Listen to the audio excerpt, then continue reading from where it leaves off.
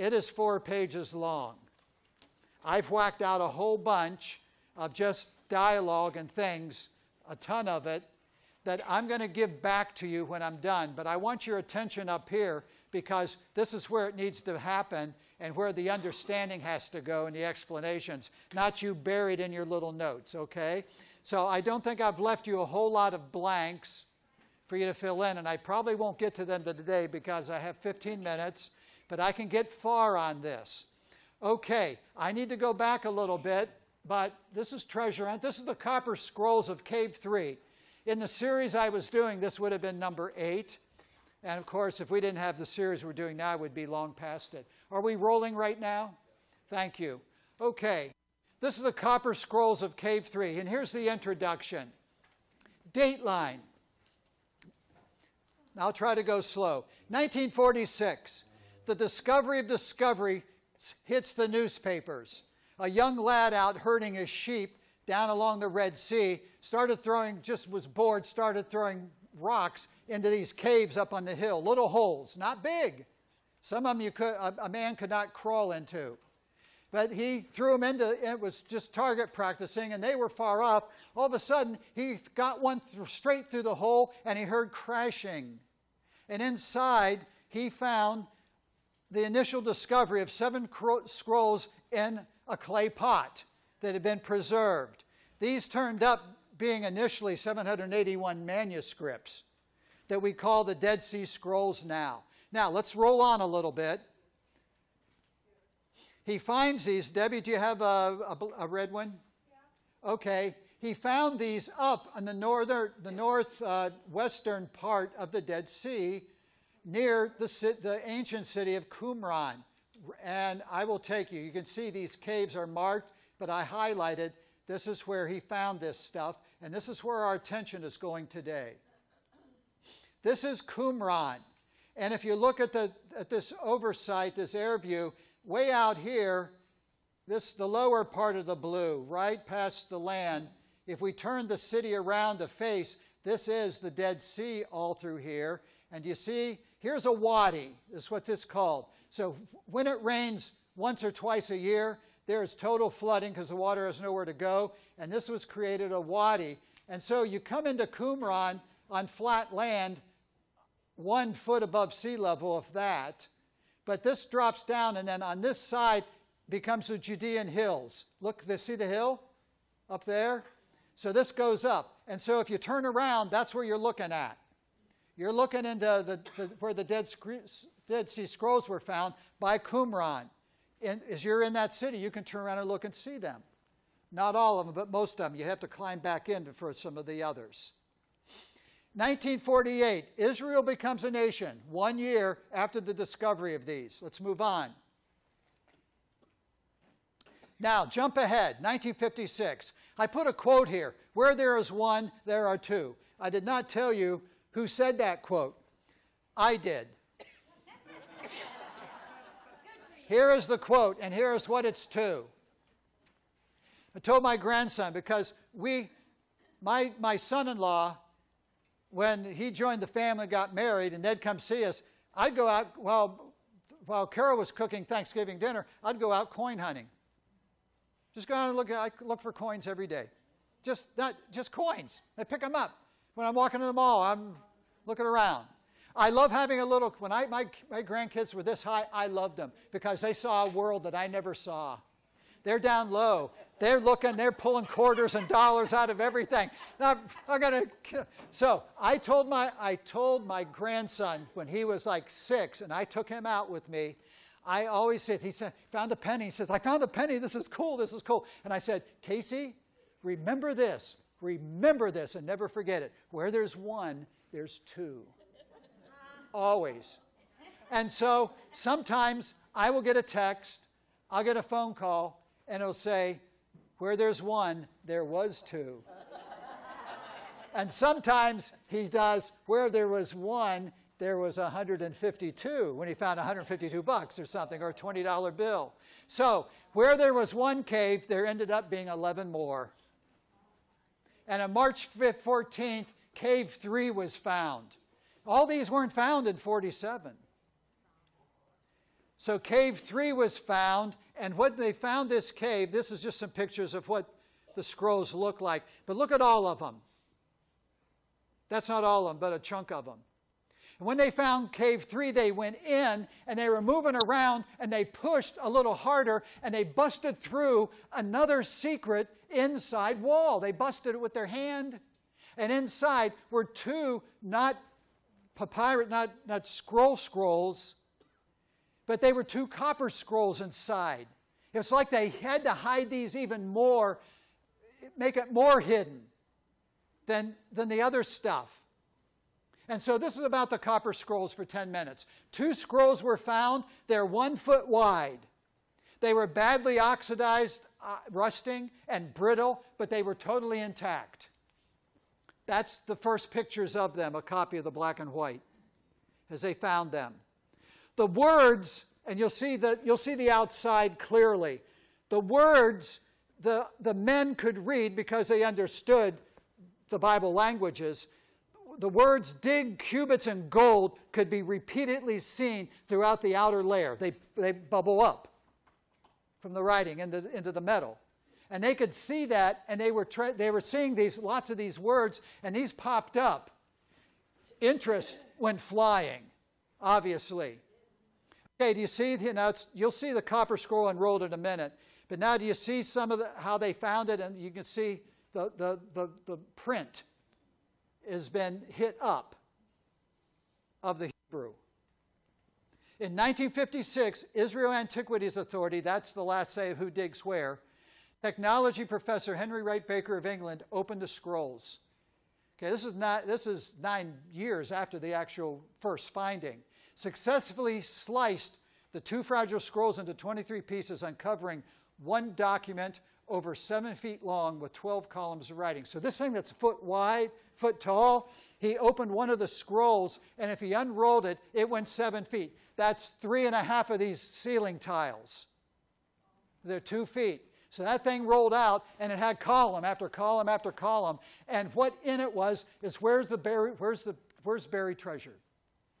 Okay, keep in mind. Do you remember when I taught about the intertestament period, and I taught about the writings, and we did the Dead Sea Scrolls, and I mentioned there were copper scrolls, and I said there were 57 places that treasure was buried, they found. That's why we've come back to this. This is a fulfillment of that, of an expansion of that. Now, you want to hire somebody, hire Henry Baker, because a baker's always right. That is so cool. I feel a kinship to him already. Writing on this copper metal is arranged in lists of gold bars, silver vessels, treasury holdings, tithes, priestly garments, and more writings. And more importantly, where were they buried? Okay, now here's a question to ask you right now. Why didn't they publish that? Tell me why not. The world would be there. And you'll see why it's dead in the water before I'm done. But you're going to understand where some stuff is, okay, and why it's there. In total, the copper scrolls identified 64 hidden places of items in 57 locations, which include about 4,500 talents of precious metal. That's 168 tons of precious metals, gold, silver, priestly garments. I've got more to say on that coming up here. Okay, now you see a piece, now you see the copper of it, the color of it. That's it laid out, and they had to cut it to get it laid out. All the gold, here's Exodus, listen to this. All the gold that was used for the work and all the work of the sanctuary, even the gold of the wave offering, was 29 talents and 730 shekels. This is back in Exodus. This is talking about the temple, or the tabernacle. And they were building for the holy place and the instruments of God. They're telling us that the money that went into this, the wealth of gold that went into these things. But they just didn't build, the Jews just didn't use gold and silver and precious metals and stones just to build tabernacle and temple things. It's expanded way beyond that. Okay, let's go on. In the New Testament, 1 talent referred to the value of money was worth about 20 years of somebody's labor, the average person's pay. Just one. So, I met with Dr. Ima Schmidlap this past week, and he said, give me a shovel and forget the fritters, we're going after the treasure. All right, here we are in the scroll. Here's scroll number 1, here's column 1 and line 1 of it. Here we go, we got a couple minutes. You're going to go home with a craving appetite of what's going to go on here. Here it reads, in the treasury inventory, it begins like this, in the ruin which is in the valley of Achor. See, none of these lists the city. Never says a city or anything. What was the answer to question A? Treasure? Okay. Thank you. Okay. So, here we go. Where is the valley of Achor? And where's the ruins of where it's at? Okay, so let's go with our maps here. Debbie, I need you for a minute. Okay, here is Jerusalem with the red dot. You see it? Okay, let's go way over here. Here is Qumran is right here, and Masada is down here. Okay, I drew a line here in blue. I put a line up here in blue that's right basically at Jericho. The valley of Achor in history, from the Bible, runs along here, this gray area, and comes along here. In history, in David's time, I know there's a story that I need to share with you in another treasure hunt. There's an army goes marching towards Jerusalem, but yet there's going this way, but there's an army of God's people that comes down through the valley of Achor because they can't be seen because of the cliffs. And it's a suicide march, but it's to get back behind the enemy. And so this is a massive place, and this is the valley of Achor, and it was a hiding place. And so there's ruins down here of something, or a city of something that is marked, and it says that's your focal point. That's number 1. Let's go on. The copper scroll text continues, in the ruin which in the valley of Achor, at the steps extending eastward, 40 cubits long, are silver service vessels weighing 17 talents. Okay? Temple vessels are buried there. All right? So we have to find what's up. Okay, you've sort of figured what it is. 17 talents is 1,200 plus almost 1,300 pounds of silver. Bible scholars and archaeologists have believed that the first location and the other 56 locations are scattered all around the Judean hills and all through here. There's they believe there's secret places in Jerusalem, and they're all throughout the hills, all throughout this area. Not in Samaria, not up in Galilee, never. Nor this direction. Enemies were over here. But all these locations are somewhere here. Dick? What? Go ahead. Why wouldn't Israeli scholars get these items and put them in their temples? I have all those answers coming up. Okay? Stay tuned. It'll be next week probably. Okay, here's Jim Barfield. You have him, and I had a whole bunch on him. Let me read. He was brought in because he had been studying this stuff since the 1990s. He has spent thousands of hours and many years studying the Dead Sea Scrolls. You see, I brought you from the 40s to the 50s, then a big jump, because all those years, people have been studying, trying to locate these other things quietly. Just people that are not on board, that are out finding. When they find something, they come on board, but they can't say anything. I'll tell you why. Well, you know why, the big reason. In 2006, after he retired and had a lot more time on his hands, other Dead Sea Scrolls enthusiast, Vendel Jones, it got him excited again.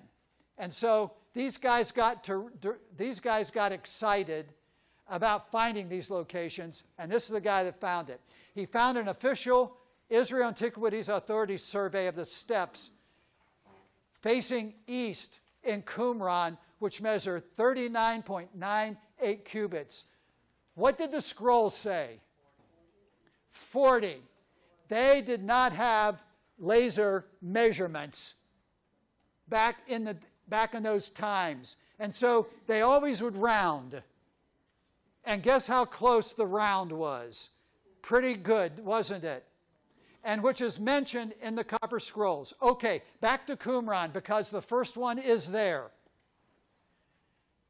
Now, I tried to find it, but here's 64 feet. That's about what we're talking about, 40 cubits.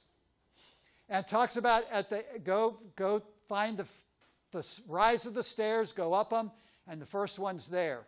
Okay, we've risen. We're facing east. Do you see the Dead Sea way out there?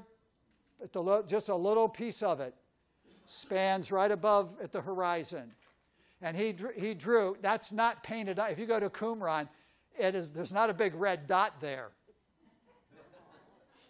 It's quiet.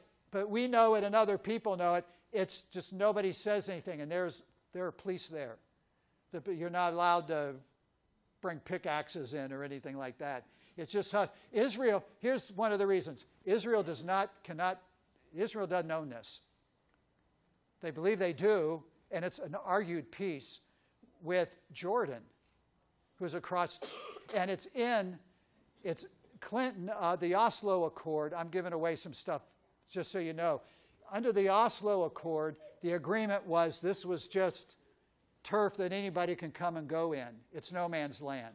No one owns it. So if Israel sets claim or starts digging, it starts a war. If Jordan starts digging, it definitely starts a war. And so everything just sits. Everything is, quote, in balance. Nobody's digging. But there's tons of it. Here's where I think this is. You see the stairs? I think that I've studied this all week. I can't figure it out. But my guess is it's right here. But if you get this picture and you can find 40 steps somewhere, please let me know. I'll double your fritter in 2 weeks. After discovering this, Barfield scoured the ruins of Qumran in light of what he had done. He had studied Strong's Dictionary of the Concordance and translated the Copper Scrolls himself. And in 2009, the director was so impressed that he put him in charge and gave his team the green light, after the gold, as spies. I have to stop there because the intrigue and what's there and the potential for what's there is totally incredible, because I'll just say this, they got some heavy help for taking depth pictures. We'll stop there. I'm sorry I went over.